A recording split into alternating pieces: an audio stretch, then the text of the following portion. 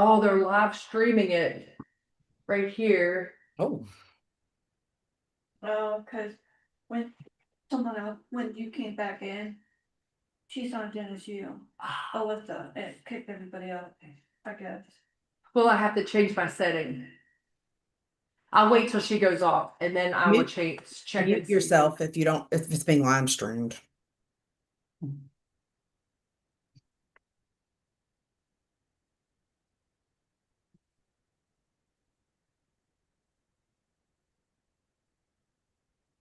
Can't believe. She had to leave while we're not the host. Okay.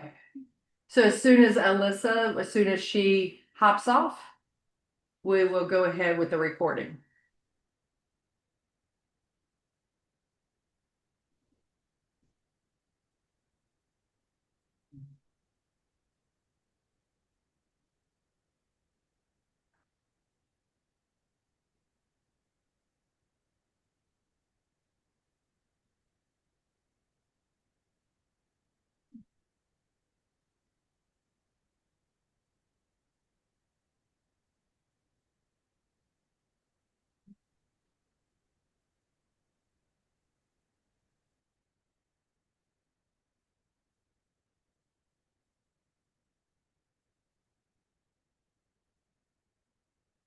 Okay, I think she's out.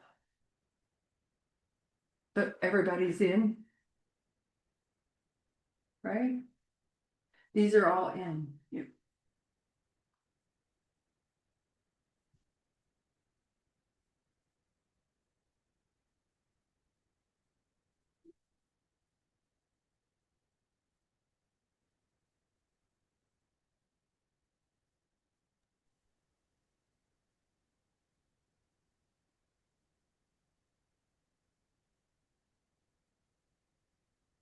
You got to give me permission to turn my video on. Oh. That's right. Okay. All right. Perfect. We have a couple more people joining, so let's wait for everybody to get in here. And then I'll start recording.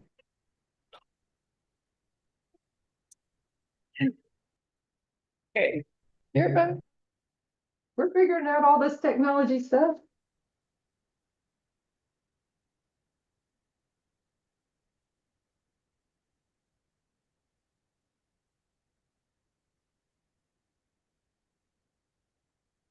Can you make that go off?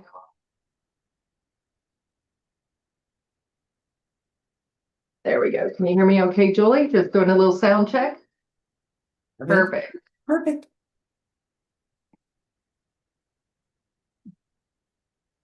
All right.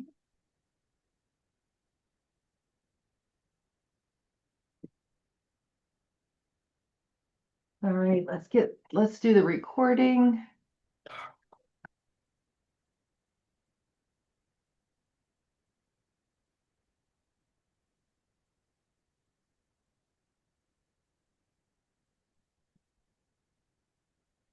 All right.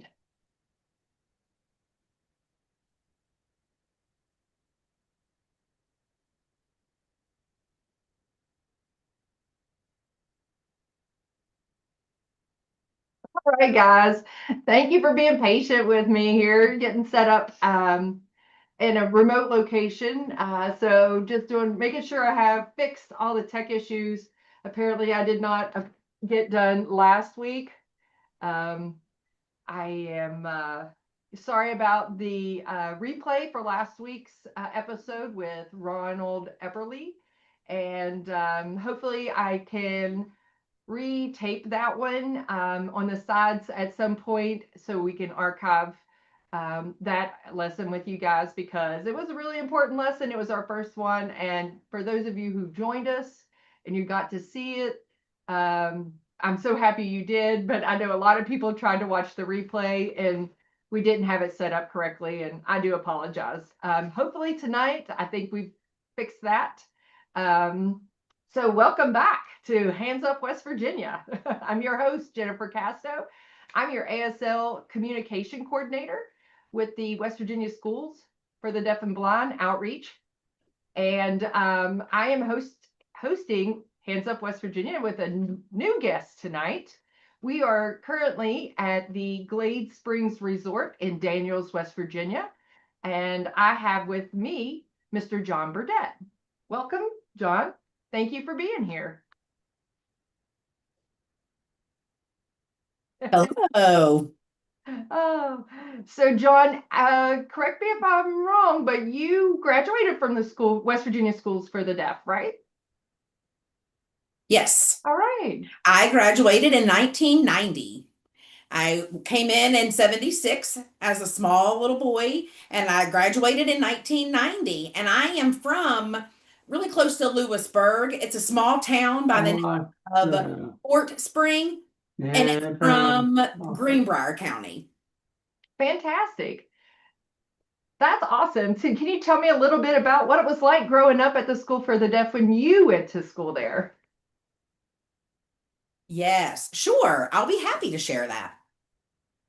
Before I came to the school, I was probably a little bit before 5, and I had went to different hospitals and doctors, and my parents were trying to figure out what was going on with my issues with my ears, because my left ear was real red.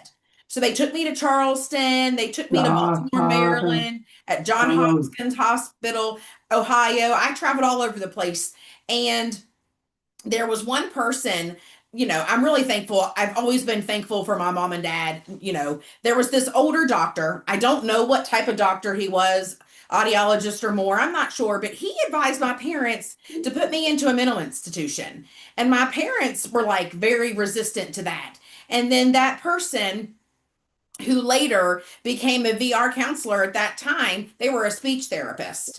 And his name was Bill Nelson. He told my parents they have a school in Romney that for deaf and blind kids can go to. So my parents decided to go visit, and they felt that that was the best place for me so I could get a good education and be involved in different activities. And honestly, if I had gone to a mental institution, I never would be the person I am today, and I wouldn't have been able to meet all the people that I've met. So I'm very thankful to my parents for that decision that they made.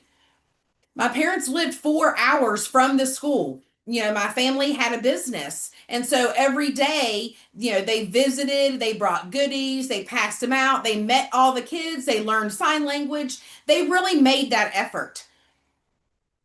And when I was about 8 or 9, my father passed away, and my mother had to continue with the family business until she met a new man who became my stepfather. And every weekend they continued to come, and I went there too. In my experience, it was just so wonderful. It really enhanced my academics and sports. Everybody was like a family to me. It was like my second home being on campus. Wow, I can only imagine how grateful you are today for your parents and the decisions that they've made for you.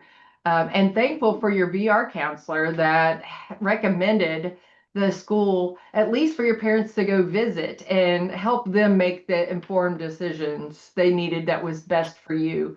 And sometimes, medical professionals don't know all the resources. So even though your parents were hesitant, they sought out some additional resources, and I'm grateful for them, and I'm sure you are too. Oh, yes. Like I said early on, if I had gone to that hospital, I never would have been successful or gone to college or, been printed in a magazine in 76. And when I look at that, it just gives me inspiration, because if my parents had doubted that and had done that, one for the institution. And then when my father was gone, he said, you can go to college someday. And I did. I believed, they believed. I'm just so thankful to my family, my parents, and their support. That's fantastic. Very inspirational.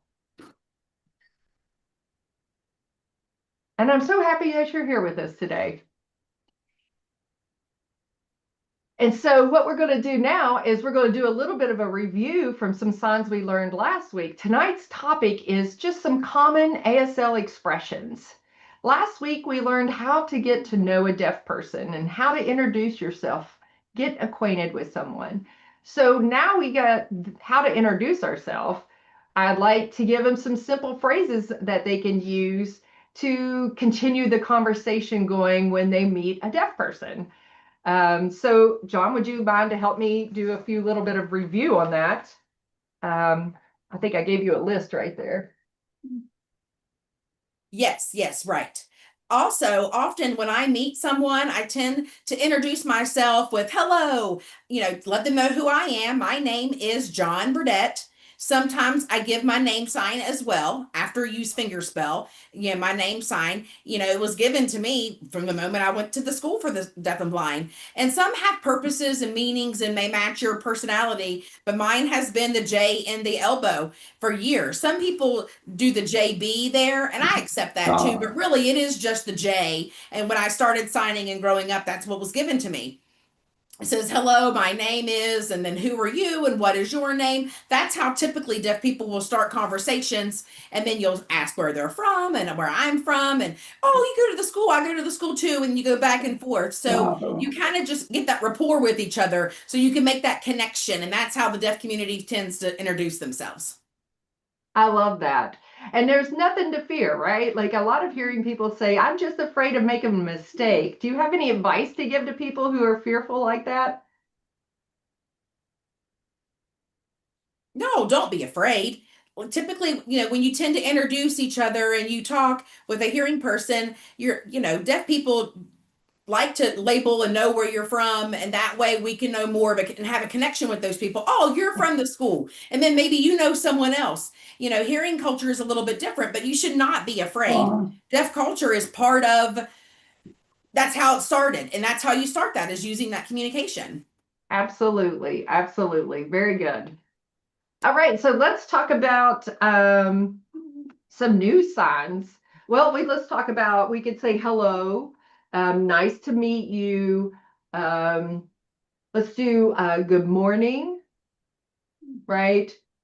Good morning, good afternoon, Yes, good good night evening. or evening, Okay. right? Let's see.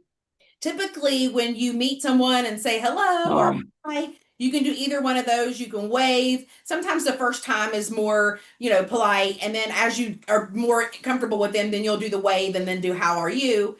When I was small and I went to the school for the deaf and blind, I started with SEE, which is Signed Exact English. But then later that changed to ASL and learning that and just feeling what was, appropriate. Lots of people, deaf educators, and, you see, and it's fine as long as somebody can sign. And then as you get older and you have more of an understanding of ASL and how you include your body language and your facial expressions, you get used to that and then you can transition back and forth. And that's really nice. Excellent, excellent.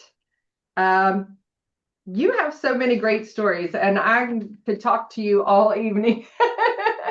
And I maybe bring you back for another segment later in the year because there's just so much I think all of our viewers could learn from you. And one other question I wanted to ask you too was when deaf culture, you learned deaf culture when you was at the school when you were a child growing up and you became an adult.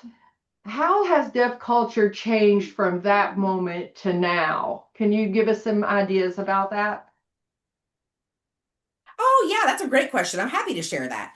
I noticed that as growing up at the deaf school, like I said early on, children, they become like family. The other kids were like my brothers and sisters. We lived together, we talked together. I saw these people, and there were some deaf individuals too, and we had deaf role models, and we could see those people in the academics and the vocational world. And as it's gotten older and I've become an adult, it's completely different now. The schools aren't as big. That is unfortunate, but I'm hopeful that we're going to have more deaf and hard of hearing role models and we're able to get that population up again. Technology has really played a big part in that. Back when I was young, there was no technology, and now we have that. We also have, deaf people talking about stories and they're passing along their storytelling and their things that happen. And so there's not as many stories that are being passed down in this day and age, because also our deaf clubs aren't as large anymore. And that was another place that we used to feed those messages and share those stories, and they got passed on. And some students go to mainstream schools and they don't know a lot about the culture and about the different clubs and community things you can be involved in. So I'm hopeful, things have gotten less and the population's gone down, but deaf culture is never going to go anywhere. I just feel sometimes like that sharing is, becoming non-existent.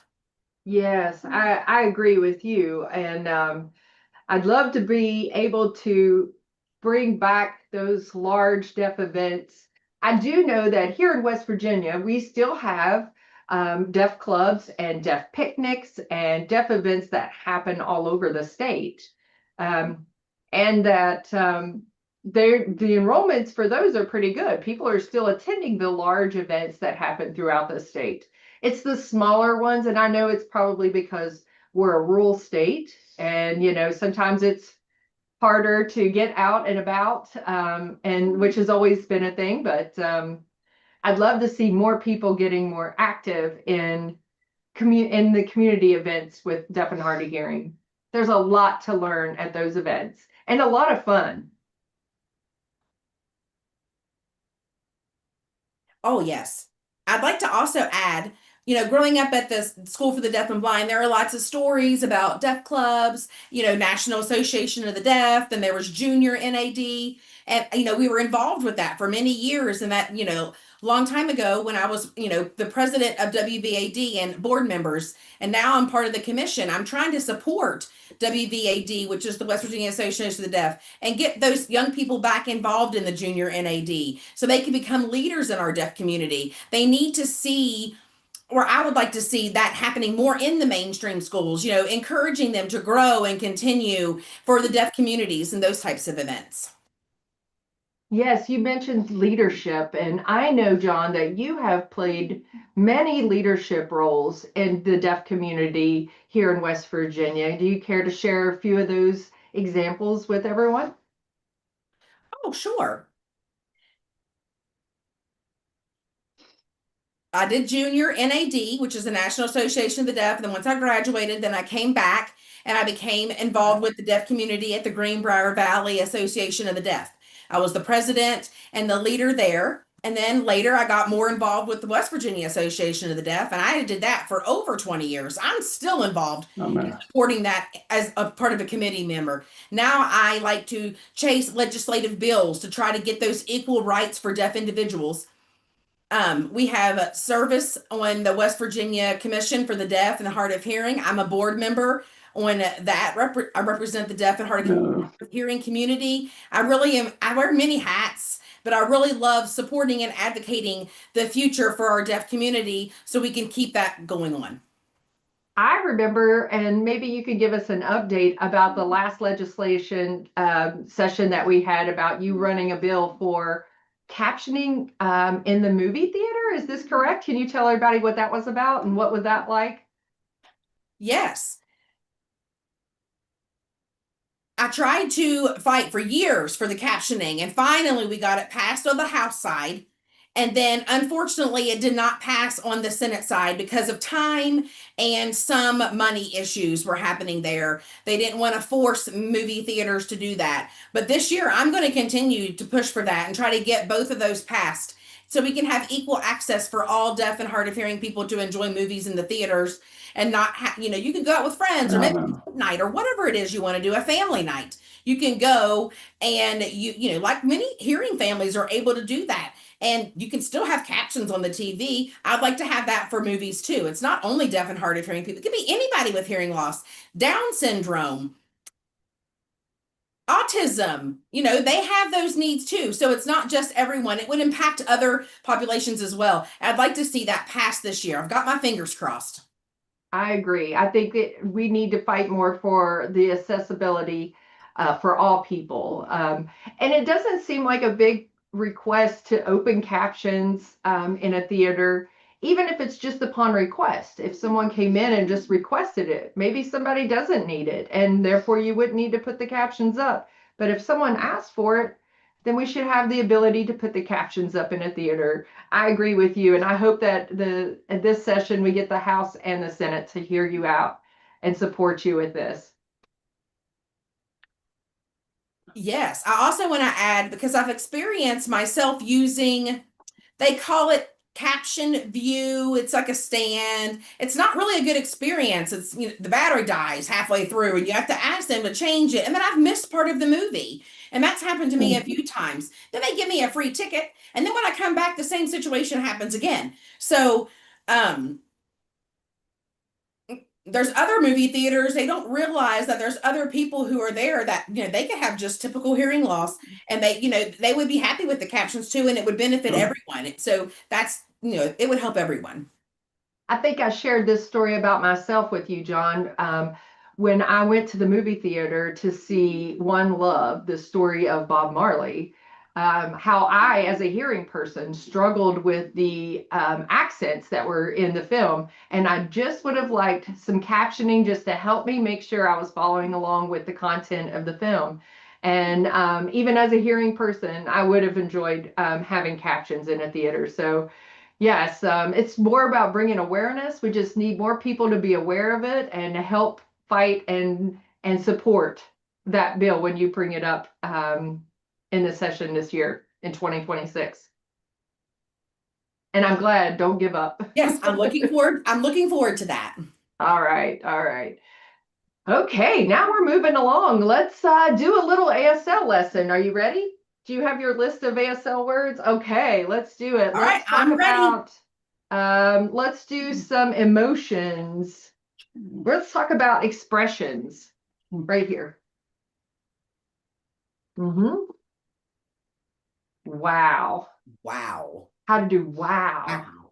And I think, yes, I've seen this. Wow. Or your facial expression goes, wow. Yes, W-O-W. Good. The next one. Oh, I see. Ah. Oh, I see. This is an expression, right? So when I use this, I can do two different ways where I can go, oh, that means I understand, right? Or I could go, ah, yes. So there's just two, based on how you do your facial expressions, changes the meaning of the sign. Oh, yes. And often I want to emphasize the importance with ASL. They have contexts of the language. So that includes body language, facial expressions. That's not just all, but it's included. When English words have those things as well, but ASL does too. That's really important. Absolutely. Okay. Really. So someone says something to me and I want to respond and I can go, really? I like that. Cool. Awesome. Cool. I often will use the sign like this. Cool. Or some people will do it here. Cool. It really just depends again on that context clue and how you're saying. Is it like cool or that's cool? It's the same, but awesome. You could do awesome like that. It just depends again on how you're saying it in ASL along with the grammar and the complete sentence. Right. If you said, wow, that's awesome, or wow, cool, that's really cool. They all kind of can be the same. And just like in here, when spoken language, we do the same thing where our tone goes up and down when we're excited about something. That's awesome, right? So I go, that's awesome. My facial expression matched the tone of my voice. So we do the same thing. Your facial expression will match the sign. And so it gives it that meaning that's what John's trying to explain. The more facial expressions you use, the more clear it is to understand your signs. Really good.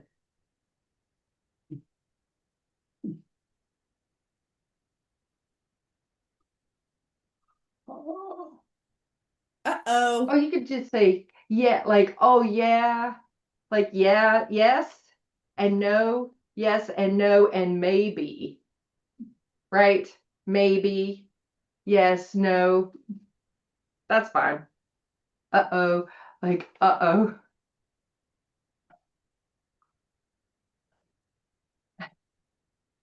Like you're That's funny. funny. Oh, Like you're funny. you're Like an funny. uh-oh. Like an uh-oh. Like You're a you're funny. uh-oh, Like you're that's funny. funny. That's Yeah, funny. that's Yes. funny. I don't know.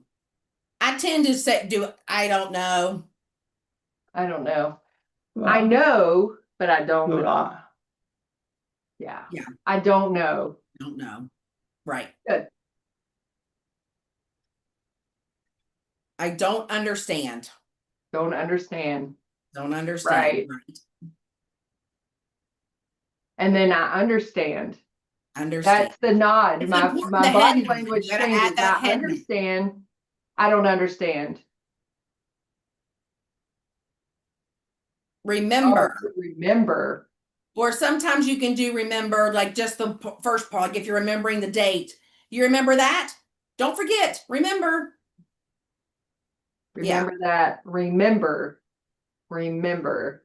And then forget. Or Mhm. forget or forget. Yes. Forgot. Yes. Oh, bored. Bored. Ah, bored. It almost Excited. That's using your middle fingers, bringing it upward. Happy. Happy. Sad. Sad. My facial expression is sad. Yeah. Mad. Mad or mad. You can be mad, but they're also, you can be angry. Angry. You can be more. It's more aggressive. You're mad or you're angry. Good. Scared or afraid. Good, good. All right, let's go on. Let's keep going. Let's go on to here we are. What's up? Right. We're done. What's up? What's up? Yeah. What's up? Like, what's up? What are you doing? What are you going to do today? So that would typically happen if I've already told you my name, introduced myself, and I see you again. I go, hey, what's up? To start the conversation. What's up? So then it's their turn to tell me what's up.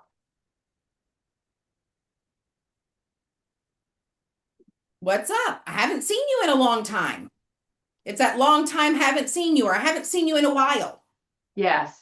It's how you kind of start a conversation. You bump into somebody, you're like, oh, what's up? I haven't seen you. I haven't seen you in a long time. Haven't seen you in a long time. That's right.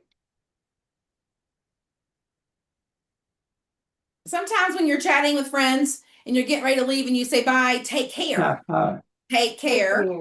Yeah. Take care.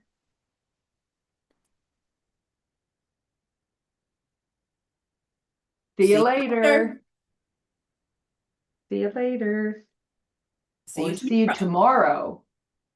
See you tomorrow. Mm-hmm. Me too. Yeah, me too. Not like also, it's me too. Same here. I mean, It's same Same here. here. Yes. Yeah, same here. Me Me too. Same here. Same here. A little bit different, but I about agree the with same. you. How do you say, Wait a wait a minute. minute? Uh-huh.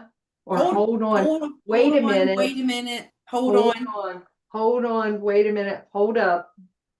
Wait. Good. Yeah, sometimes people are, in the middle of a conversation, like, hold on a second, and they go, that just means like, wait a minute, I got to do something else. That's how deaf people tend to use that. Ooh. Stop. Stop. Go ahead. Go ahead. Stop. Yep.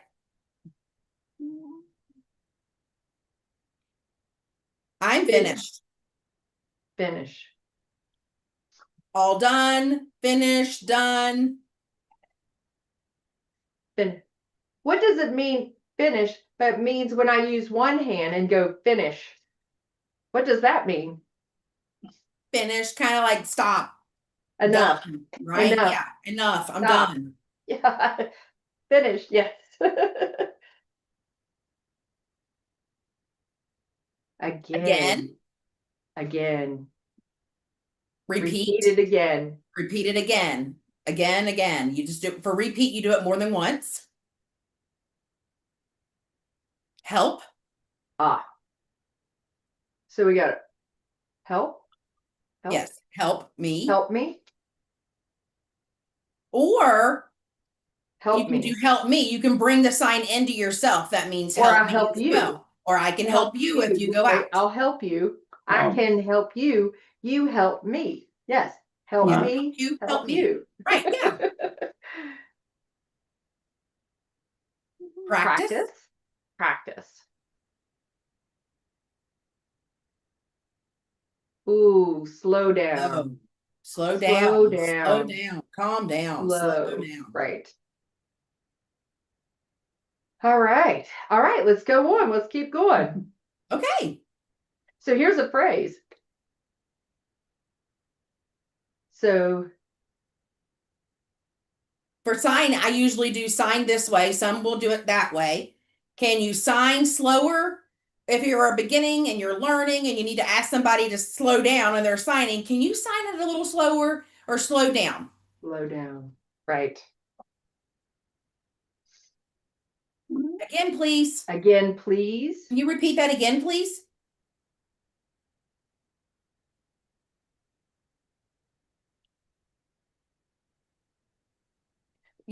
What do you mean, or do you mean what? You can flip that around, something like that. What do you mean?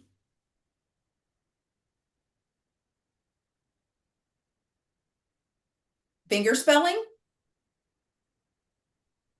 Yes, finger spelling.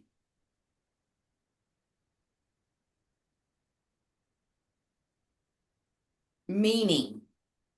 What do you mean? What does that mean?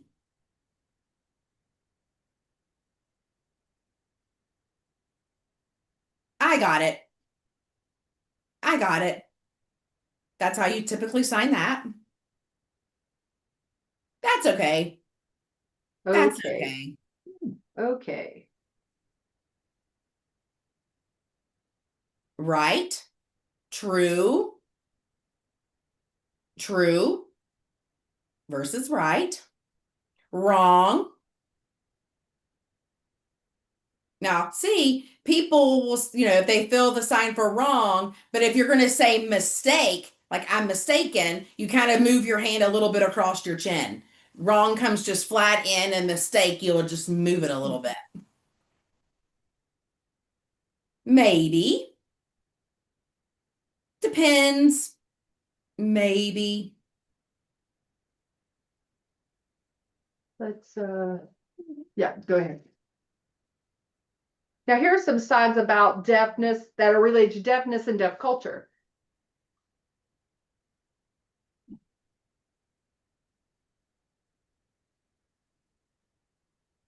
The sign for deaf is like this. I've seen some go up versus going down. It really doesn't matter. What's important is some people do this deaf like this, that meaning that they're severely, profoundly deaf. They can't hear anything. Hard of hearing. Make an H, hard of hearing, hard of hearing. Hard of hearing. Sometimes in the deaf community, they tend to say, "Are you hearing?" And they do hearing up here at your head. And instead of talking hearing, you can do hearing up if you're thinking like a hearing person. What it means, like hearing people how they think. Interpreter.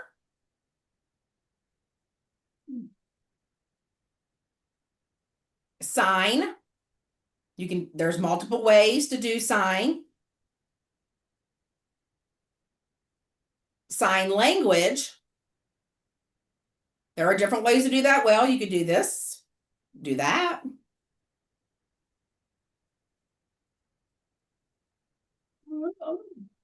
I've noticed there's a new language. They have this way instead of the L's. Now I just do, signing. I'm learning sign. I'm learning to sign. A beginner tends to do learning to sign like this. Once you're more proficient, you can do sign more like this. Like you just go at it and I just sign.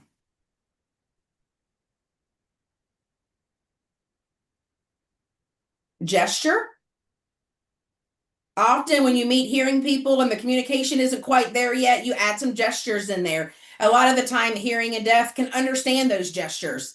Like home signs. When I grew up, my parents, when I first, went to the school, my parents were real motivated to learn, but some of the home signs we had, I understood. Like church, we went to church, they did church like this. And I understood what they meant, like work, work. We signed it a little bit different, which was fine. Some of those, other deaf people have been experienced that well too. My mom's a friend, she signed it like this.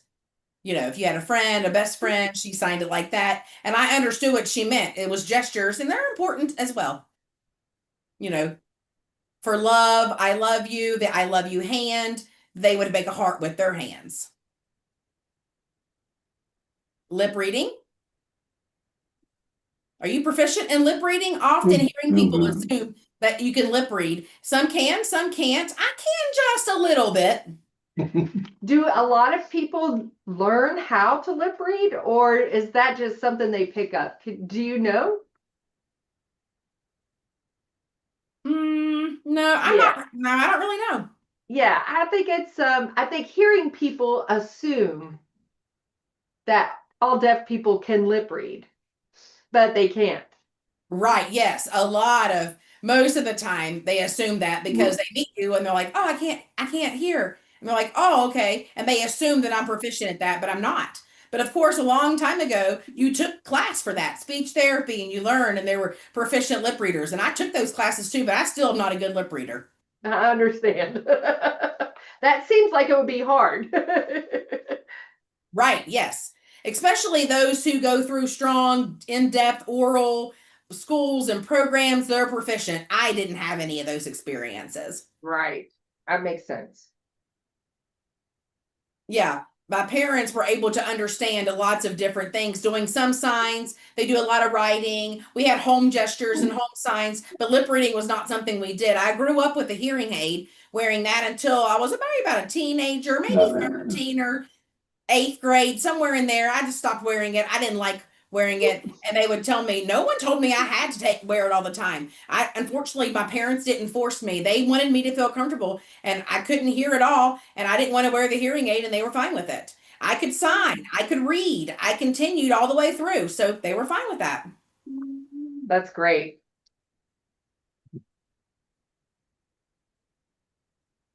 Communication, talking, communicating.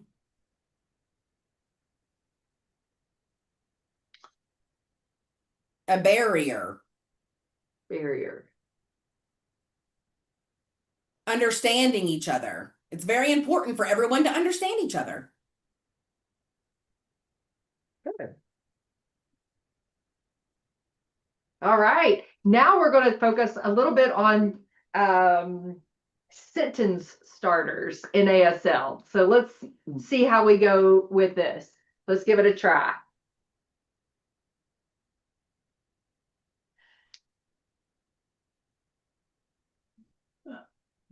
I feel happy. I feel happy. You don't have to say I. You just point to yourself and then you do feel happy. I'm happy. In English, you would say I, but in ASL, you just point to yourself. Yes. Feel happy.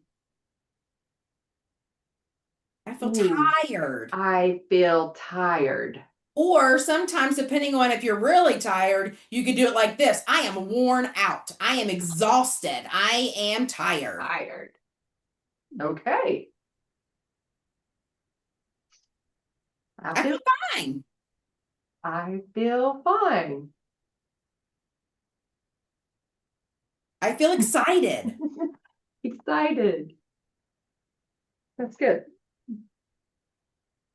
Another sentence you could use would be like, I like and I don't like. Right? Can you show us what that's like? like. So I like something. Give us an example of something like that.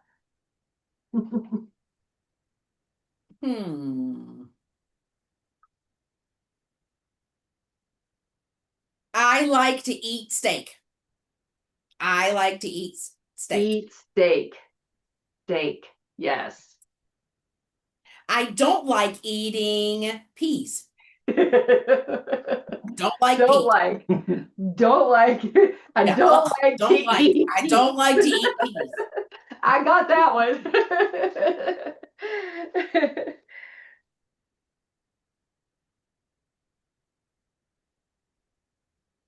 I learned ASL. Why?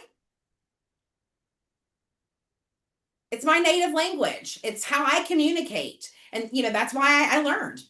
So you can ask yourself, I learned ASL why or because and why are interchangeable here. So it's a rhetorical question. I learned ASL because, which is the sign for why. Yes. English would say because, deaf would do more of why. I learned this is why. Great. My favorite sign. I typically, let me think about this. My favorite sign, I'm trying to think about what my favorite sign is.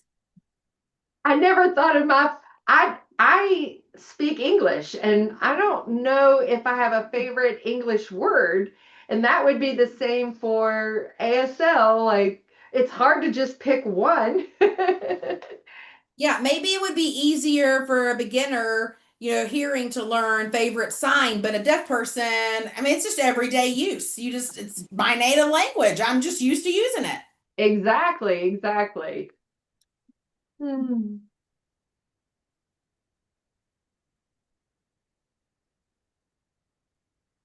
Can you show me that again? Can you show me again? Or Yeah. you could just say again. Again. Yeah. Show me again. Do it again. Yep. Yes. Show me. I can show you. You can show me again. Yeah. Yes. It depends on who's doing the talking. Like, you show or show me. If it's something about a sentence or something happening right, you can go either way. Do you need help? Need help.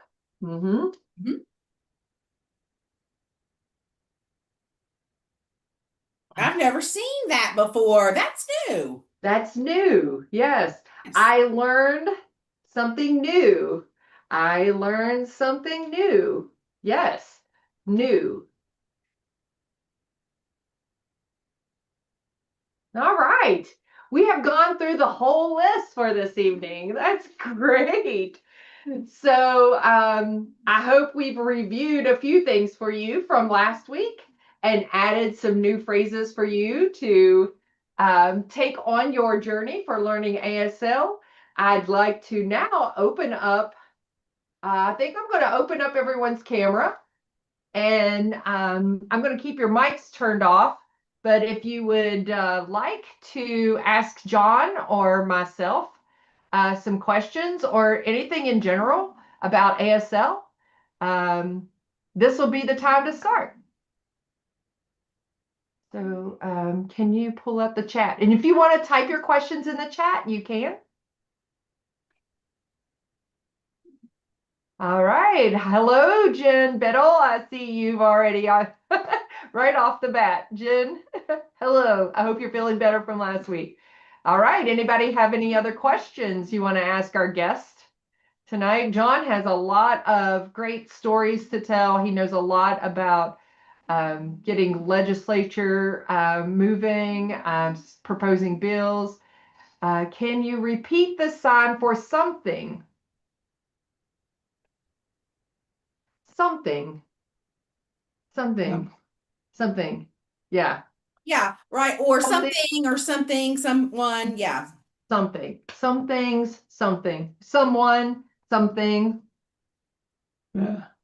Really, again, it just depends on what you're talking about. Like I would say something or someone or again, it just depends on what the context is. Got it. Yeah, because the next question says, where will you post this so we can go back and review it? Great question, Carrie. I'm actually working in with the West Virginia Schools for the Deaf and Blind right now to create a on-demand hub where all of these will be stored. But right now you can go to the West Virginia, I think it's WVSDB YouTube page, and they will be on the YouTube page there as well. And I want to say they may also be streamed live on the Facebook for the School for the Deaf and Blind. But we're working on housing all of these as we keep going. I'm hoping to do several of them for even 2026. We're going to continue going as often as we can, hoping the weather is good so that we can get out there. If not, we'll just utilize this platform the best that we can so that we're still able to capture the stories that are going on around in the community and with our deaf community. So, hi, Jen. Do you have a question? You're on mute. Do you want to sign your question? Okay. Yes, Go please. ahead. You can sign your question.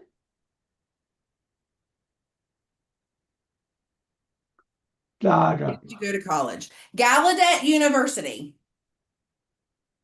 Cool, thank you. I know. And where do you work now, John?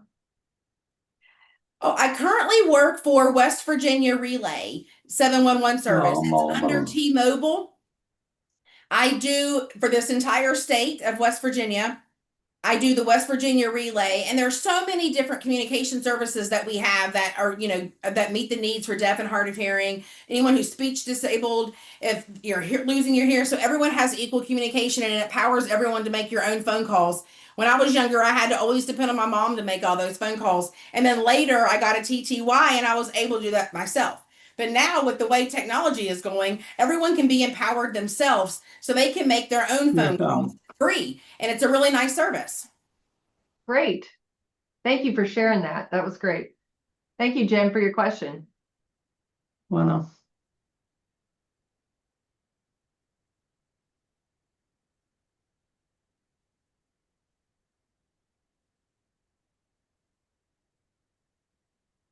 Anybody else? Don't be afraid. You can ask us anything. I had something about fingerspelling. Oh, I see. Krista asked, when someone is fingerspelling to you, if you know what they are talking about, is it rude to cut them off and start answering? Go ahead,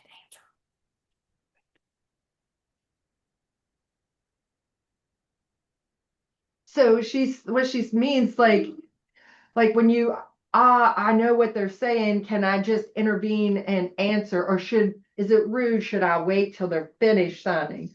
What do you think? That's a good question. In deaf culture, it's a little bit different. So suppose, for example, I'm talking with somebody and someone interrupts. I guess that would be rude. But in deaf culture, we tend to say, hold on, and let someone, I know what you're saying, and give that respect a little bit, not necessarily just interrupt, because, that happens often because you have to know when one person's finished communicating, so you don't know. And sometimes I've seen that. I let them go ahead and finish. Because, I guess it would be considered rude. Let them finish the conversation and then move on to the next one. Deaf tend to kind of say, hold on, and let you know, but it's a little bit different in deaf culture. That's a good question. The next question says, when you were at the school, did you use the old barn? Yes, during my time, we did have the red barn, yes. And did you go to the elementary school? And use the elementary building? I went to the elementary school all the way through high school, the old building, yes, all the way through. I would love to go back and see what campus looked like when you were in school, when more students were there and it was just an active campus. I would love to have seen that. Yeah. I recently went to the fall conference recently. I worked as a vendor there, and there have been lots of changes. And I saw, and some of my memories weren't there, of course. Some of the buildings weren't used anymore. You know, some things were gone, as the Red Barn, they sold it. The steam, coal steam, that was taken down from the train. So some things are still there and some things had changed, but I really have great memories of my time when I was there. That's great. Oh, Jen, you're back.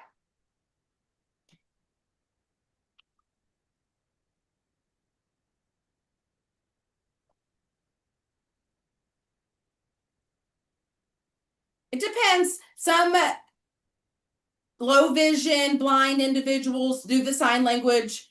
Some can see a little bit, some cannot. You have to use tactile signing. In my time, I really didn't communicate much with the blind students. I learned more about blindness when I went to Gallaudet. Honestly, I learned so much about that population because at the school, I mean, I knew some people there, but you know, I didn't know what Usher syndrome meant. We were clueless until I got to Gallaudet, and there were so many people deaf, blind, and Usher syndrome. I learned so much there. I also met lots of deaf-blind individuals, and I learned how to tactile sign as well, and you know, with the patients. But now they have a new pro tactile, and I don't understand that one. I've never attempted that one. I know in the hand, but again, I honestly learned mostly about that at Gallaudet. And the benefit from that, I'm really thankful for Gallaudet. If I'd gone to any other college or university, I would not have been able to learn those things. Gallaudet really taught me a lot. Wow. Great questions. All right, Krista says, do you know if a child does go to mainstream school, can they still join the West Virginia Schools for the Deaf and Blind clubs? More specifically, my son has cochlear implants, and I want to be sure he can meet other children who are also deaf.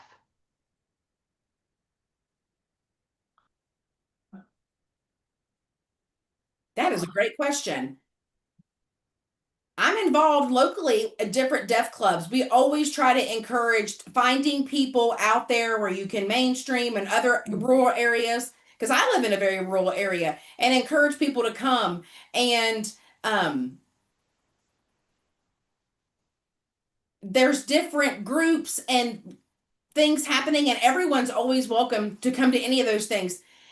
I'm also involved with the Greenbrier West ASL CTE program. I'm on their board as the director there, and they call me and invite me to class there. So students often come to different events. There's different deaf clubs and deaf chats and fellowship where everyone can learn signing and see each other and meet. It's very important to go to those events where those are happening. I agree. And as an outreach coordinator, I can tell you that the school does offer what's called Discovery Point. And those are some opportunities throughout the school year where your students can come up, and usually it's middle school and high school age students. But you can find more information about that, I believe, on the School for the Deaf's website, the West Virginia School for the Deaf and Blind. You can look at their website and find more information, or reach out to an outreach coordinator. They can provide you with more information too. Yes. There are challenges, I know, for hearing parents that are out there and they don't tend to know those events. You have to, you know, meet someone who's deaf and hard of hearing, and then they can tell you where you can find different activities. Like there's CTEs in different counties. I know Greenbrier, Hampshire County, and the School for the Deaf and Blind, they have more, and there are more out there. It's just important to network with those individuals. And it's really nice to have deaf mentors. If you know them, you can invite them, and then there's the opportunity is there. Great question. Thank you, Krista.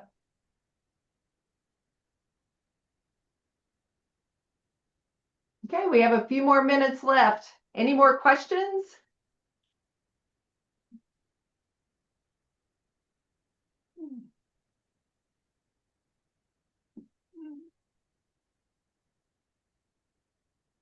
Krista says, I appreciate the answers. The deaf community have been wonderful to my family.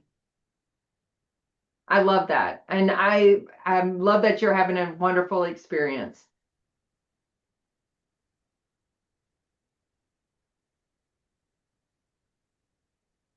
I want to also add about my story a little bit early on. Honestly, if it wasn't for my parents, I often wonder I would never meet all the people that I've met, my friends at the deaf school or at Gallaudet and out there. I would be so isolated, and I wouldn't have anything in my life. So I'm very thankful for that, and I hope other parents can understand the importance of children. And also let me emphasize, when deaf being at the school, I read all the time. My parents never told me no. I bought books. I read them again and again and again, and that led me to my academic success. So it's very important to encourage with love and support. That's wonderful advice, especially for parents who are not certain what to do if they have a child with a hearing loss or that is deaf, and where to go and what to do. It's okay to reach out and find all the resources that you can. They're out there. And there are people who want to support you in making you and your family successful.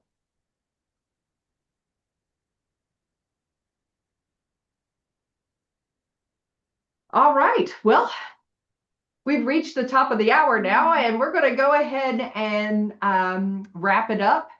I want to thank my guest, John Burdett, for joining us tonight. And we've really enjoyed your stories, and I look forward to maybe bringing you back on again, maybe later in the year. And then want to give special thanks to the interpreter tonight, Julie Turley. We appreciate her and her services to building that bridge of communication. We know that this job is very challenging sometimes, and we appreciate you being here to facilitate that. Also want to give big thank you to the West Virginia Schools for the Deaf and Blind, who give me the platform to bring this to you. I'm going to be doing it now every week. You'll see me every Tuesday, except on the holiday weeks. I'm not going to do it on Thanksgiving week and during the Christmas and New Year holiday, but for right now, you'll see me every Tuesday at 6 o'clock. I will have a special guest. So I am not going to announce that guest. So hopefully you'll tune in to find out who's going to be my next guest, and maybe learn something new from someone different and from somewhere else in the state of West Virginia. I like to give a big round of applause and thank you of gratitude to Superintendent Clayton Birch and Mary Ann Clendenin, my supervisor in the outreach program, for giving me the freedom to give this platform and share this opportunity with everyone. I am grateful that I am in this position to do that. And I am grateful for everyone participating and joining in. Again, you can watch the replay on the West Virginia School for the Deaf and Blind YouTube channel, as well as, I believe, their Facebook. So if you're not following the Facebook pages or their YouTube channels, like and subscribe and follow so you can keep up with the updates there. Again, thank you guys so much. And from joining us tonight, remember to keep your hands up. Yes, West Virginia, hands up. Thank you. Bye-bye.